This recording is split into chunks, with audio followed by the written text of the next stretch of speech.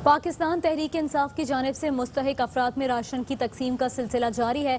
PTI के हल्के NA 247 में राशन की तकसीम के लिए सेल बनाया गया है, जहां पर जदीद शफाफ अंदाज में डेटाबेस की बुनियाद पर मुस्तहिक अफराद को घर पर राशन पहुंचाया जा रहा है।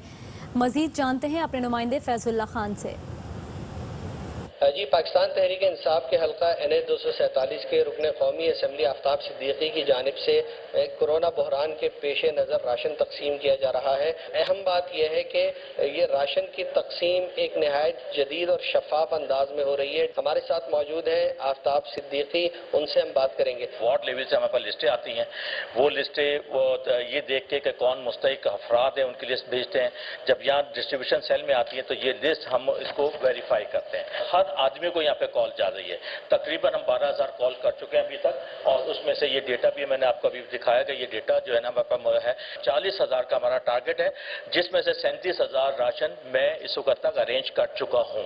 ये हमारे साथ मौजूद थे आफ्ताब सिद्दीकी, जिनका कहना है कि रमज़ान के आखिर तक तकरीबन 2 लाख अफराद तक उनकी जानिब से राशन पहुँच जाएगा, और ये फैमिलीज 4 से 5 अफराद तक मुश्तमिल हैं जिन तक ये राशन पहुँचाया जा रहा है।